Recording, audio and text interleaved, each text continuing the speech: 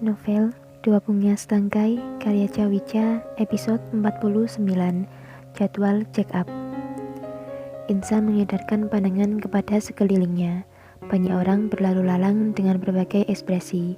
Mungkin di sini juga banyak orang menaruh harapan, banyak kesedihan juga banyak kegembiraan. Contohnya di ruangan yang sekarang sedang Insa tempati. Ia sengaja tak memberitahukan kedatangannya kepada pihak rumah sakit. Itu ia lakukan karena ia ingin menjadi seperti orang biasa. Ia kangen rasanya mengantri, menunggu, dan berkumpul dengan banyak orang.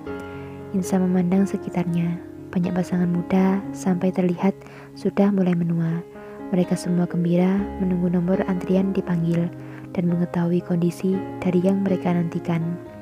Ya, ini adalah ruang tunggu di dokter kandungan. Banyak terlihat pasangan yang mengantri ingin melihat calon anak mereka, atau sekedar memeriksakan keadaan istrinya. Tidak semua berpasangan, ada juga yang datang sendiri dengan perut yang sudah membesar dan tampak mengelus-ngelus perutnya lembut sambil tak henti-henti melontarkan senyuman manis. Senangnya melihat mereka dengan perut buncitnya. Kapan ya aku akan seperti mereka? Bayangannya sudah kemana-mana. Insa sudah membayangkan ia dan Hanafi duduk di kursi antrian sambil mengusap-ngusap perut buncitnya. Ya ampun, membayangkan saja sudah sesenang ini. Masih senyum-senyum sendiri, menatap ke banyak pasangan yang ada. Satu panggilan nomor antrian pasien terdengar oleh seorang perawat. Sepasang pasutri pun masuk ke ruang praktek. Perawat tersebut sekelebat melihat seorang yang tak asing tengah duduk di antara antrian yang ada. Ia membulatkan matanya ketika melihat Insa ada di sana. Astaga, nona muda, kenapa ada di sana? Perawat itu masuk ke dalam ruang praktek berbisik pada Dokter Vina yang biasa menangani sang nona muda Insa. Apa? Benarkah? Apa kamu tak salah lihat? Matanya membulat dengan wajah yang terkejut. Benar dok, nona muda ada di antara antrian di depan. Vina mencoba membuka-buka jadwal yang ada di depannya, tapi tak ada pemberitahuan nona muda akan datang. Juga jadwal pemeriksaan rutinnya masih 2 hari lagi. Kau pasti salah lihat. Tidak ada konfirmasi kalau nona muda akan datang hari ini. Jadwal nona masih 2 hari lagi. Mencoba tenang setelah melihat jadwal prakteknya. Dokter lihat saja sendiri. Perawat itu menunjuk ke arah luar. Sepasang pasutri itu hanya bisa terdiam, duduk di depan meja sang dokter. Tak paham dengan apa yang sedang mereka bahas. Dokter Vina pun tersenyum kepada 2 orang di depannya. Hihi, mohon tunggu sebentar ya, Bu, Pak.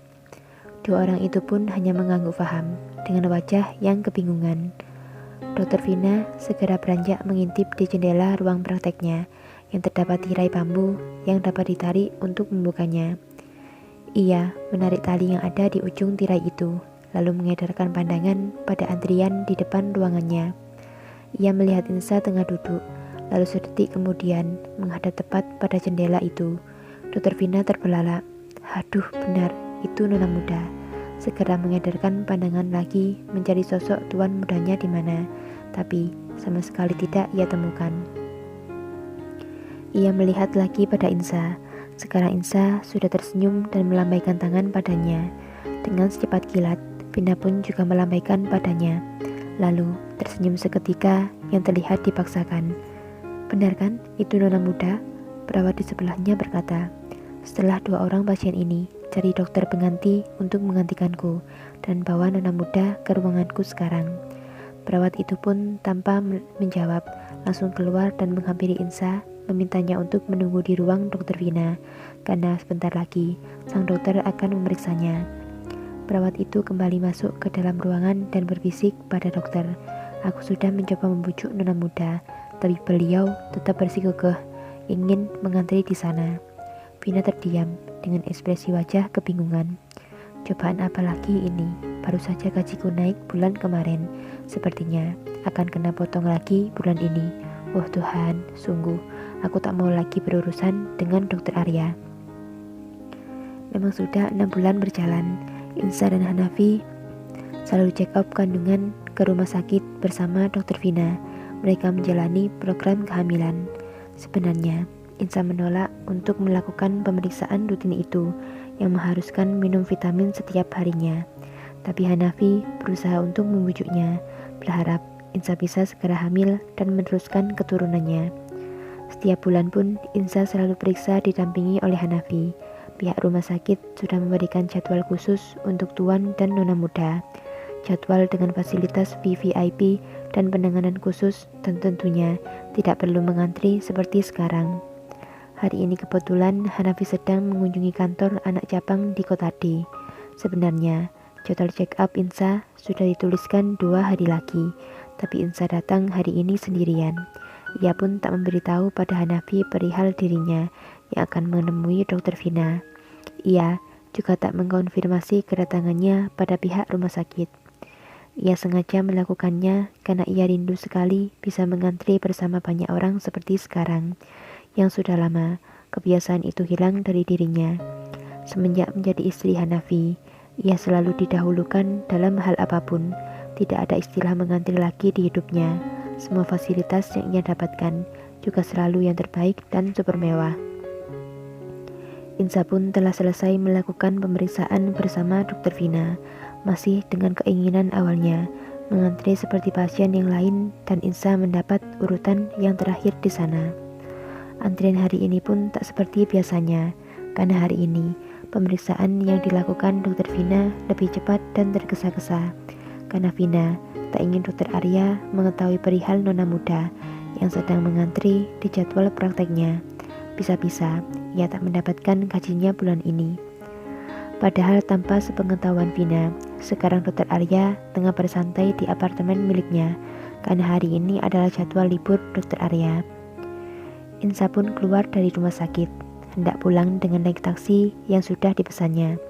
Tak sengaja, ia bertemu dengan Kak Salma yang berjalan ke arah sebaliknya.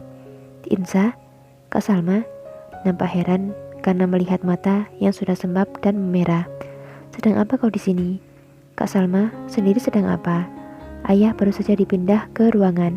Ayah, bukankah kemarin ayah baru saja melakukan cuci darah? Sekarang cuci darah lagi. Sudah menekankan kata ayah dalam kalimatnya. Pesannya Insa kemarin baru saja mendapat pesan singkat dari Salma kalau ayahnya sedang melakukan cuci darah. 6 bulan berlalu dari kejadian di makam yang berurai air mata itu. Dulu ayah dijadwalkan untuk cuci darah selama 2 minggu sekali. Tapi kini ayah harus rutin melakukan cuci darah 3 hari sekali. Pasalnya ginjal yang dimiliki ayah sudah tidak berfungsi dengan baik. Sesaknya juga hampir tiap hari kambuh, membuat Insa semakin khawatir akan keadaan ayahnya yang terus mengalami penurunan. Hanafi sampai menempatkan perawat di rumah ayah selama 24 jam penuh untuk merawatnya. Ayah tak sadarkan diri Insa, ia terjatuh di dalam kamar mandi. Bersambung.